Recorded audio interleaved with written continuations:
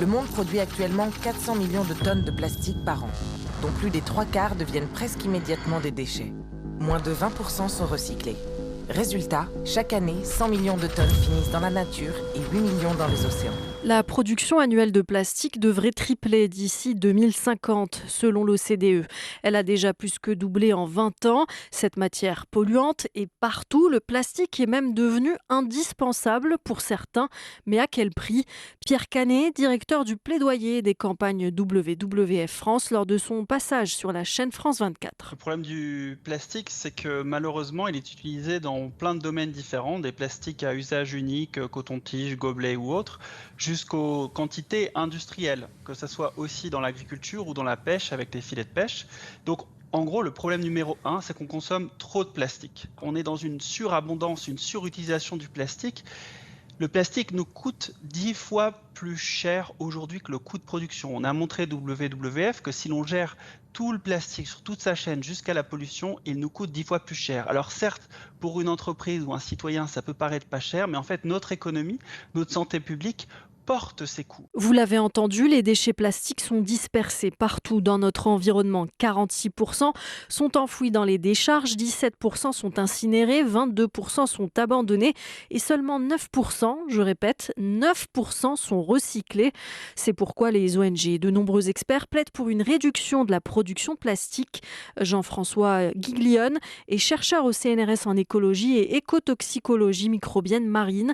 Il s'exprimait sur France Info. Il faut inverser aujourd'hui la tendance qui est aujourd'hui à l'augmentation de la production de plastique et il faut également réduire, voire interdire l'utilisation de certains usages de plastique tels que les plastiques à usage unique et les emballages. Une réduction du plastique signifie un manque à gagner pour les producteurs. Parmi eux, le numéro 1 reste la Chine, loin devant l'Union européenne avec 15% de la production mondiale.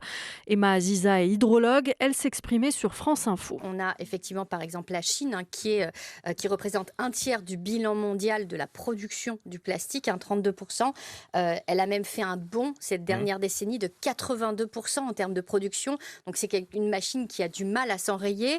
Par contre, on se rend compte qu'il y a un autre problème. C'est le fait que, il y a des pays qui gèrent mal le plastique parce que 75% du plastique qui s'est accumulé dans nos océans, en réalité, provient d'une mauvaise gestion des déchets, principalement dans les pays asiatiques, en Inde, Malaisie, Indonésie, Vietnam, Bangladesh, où bien souvent vous prenez vos bouteilles plastiques et vous les jetez dans la rue ou dans la rivière directement. Les plastiques représentent au moins 85% du total des déchets marins, une pollution visible dans le continent de plastique, un secteur de 1,6 million de kilomètres carrés situé dans le nord du Pacifique, entre San Francisco et Hawaï.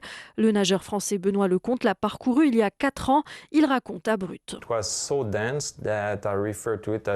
C'était tellement dense que je compare ça au moment où vous êtes dehors, en train de regarder la neige tomber du ciel. Sauf que là, c'était la quantité de microplastiques que je voyais sous moi.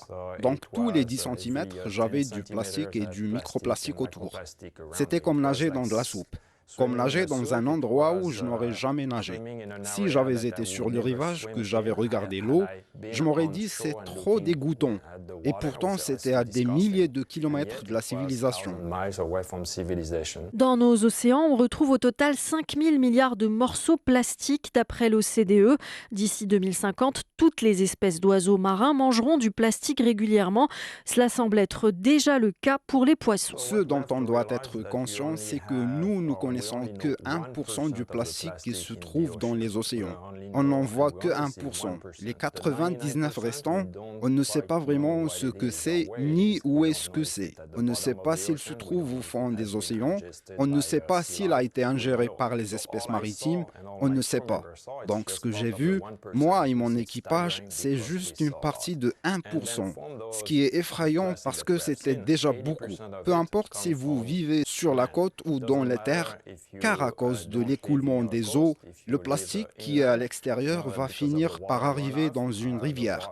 Puis la rivière va le transporter jusqu'à l'océan. Ce qu'on fait sur Terre est donc extrêmement important. On doit résoudre le problème à la source, donc à terre. Un problème qui prend de l'ampleur si le monde n'agit pas, car en plus de polluer les océans, le plastique serait responsable de 3,4% des émissions de gaz à effet de serre au niveau mondial. Un chiffre qui pourrait dépasser les 15% dès 2050.